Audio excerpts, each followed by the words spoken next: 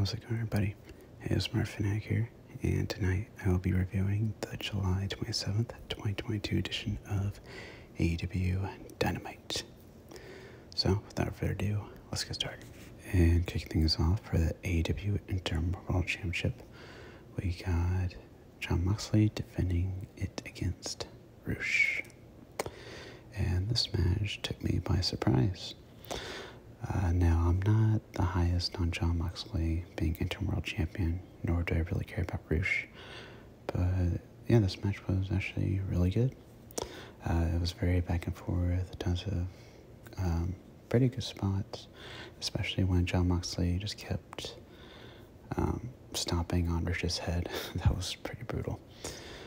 So yeah, an enjoyable match to open up the show. And up next for the FTW Championship, we got Ricky Starks defending his title against Danhausen. And this match was short and to the point, as it should have been. You know, Danhausen really should not be challenging for titles. And I know the FTW Championship is not a prestigious title, but still, you know, get Danhausen off my TV screen. But wait, that's not all. Afterwards, Ricky Starks, he issued an open challenge, and Hook answered it. And so they had another short match, but it was a sprint. Like, this match was like all action from like beginning to end, and it was a lot of fun. And Hook ended up winning the title. So yeah, very cool to see that. You know, if there was anyone to take the title off of Ricky Starks, it should have been Hook. So yeah, this was fun. And after that, we got Dante Martin taking on Sammy Guevara. And as expected, this match was all over the place. You know, tons of high-flying moves, a lot of flips, dives. But it was good, though. Really enjoyable. Now, I still do not like Sammy Guevara whatsoever. But, you know, the guy can still go in the ring. And so I can still, you know, say that about him, even though I hate his guts. And then we got a handicap match in which we saw Tony Nese and Mark Sterling take on Swerve Strickland. And this was a complete waste of time. I did not care about this match whatsoever, nor did I find it entertaining or anything. And you know, I was really high on Tony Nese coming to AEW because he is good in the ring, and I did enjoy him when he was 205 Live Champion or Cruiserweight Champion. But he has just been treated as a complete joke in AEW. So yeah, I didn't care about this match. And next, we got an AEW Women's World Championship match, as we saw Thunder Rosa defend her title against Miyu Yamashita.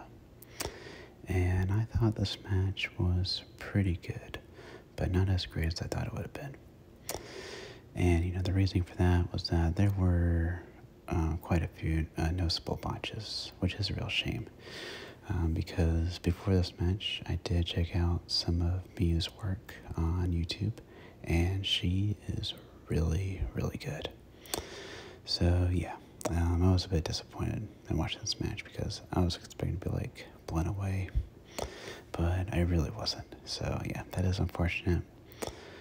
But I do want to continue on checking out more of Miyu's matches and stuff. And also, if you guys know of any good matches of hers, be sure to let me know in the comments down below. And in the main event, we got Bryan Danielson going one-on-one with Daniel Garcia. This match was going so well until the finish happened. Why in the world would you have Bryan Danielson lose in his comeback match to a mid-carder and Daniel Garcia? Like, don't get me wrong, Daniel Garcia is talented, and I'm sure it was probably Bryan's call to put over Daniel Garcia in this match, but still, and the way it happened too, like, freaking Jake Hager grabbed Danielson's leg from underneath the ring, from the ring apron, and Garcia put on that sharpshooter, and Danielson just passed out. Like, seriously? Bryan Danielson is one of your top stars, and you have him lose like that. I don't care if it's cheating or not.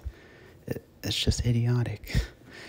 Like, while I was watching this match, I was fantasy booking in my mind, and I came up with the idea to have, Bryan Danielson rack up a bunch of wins, and at the next pay-per-view, All Out, you have a triple threat match with CM Punk, Jon Moxley, and Bryan Danielson to determine who was the real AEW champion.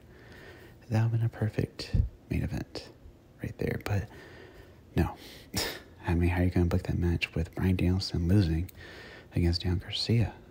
Like, I don't know. I don't like this ending at all. I mean, I'm sure some of you guys do. Maybe I'm in the minority here. I don't know. But, yeah, I was just not a fan of the ending whatsoever. And that will do it for my review of the July 27th, 2022 edition of AEW Dynamite. And, I've noticed a pattern with these Dynamite shows.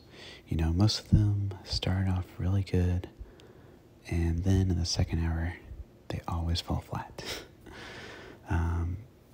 So, yeah, that's basically how I felt about tonight's show. It started off great with, Rush and Jon Moxley, Hook, and Ricky Starks, and also Sammy versus Dante. But, the rest, I just fell flat for me.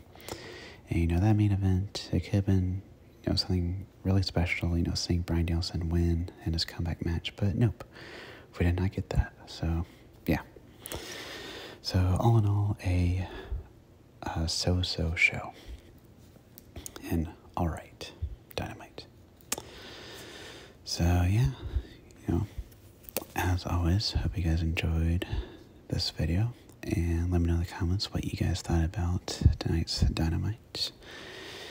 And yeah, with all that being said, this has been the ASMR Fanatic signing out.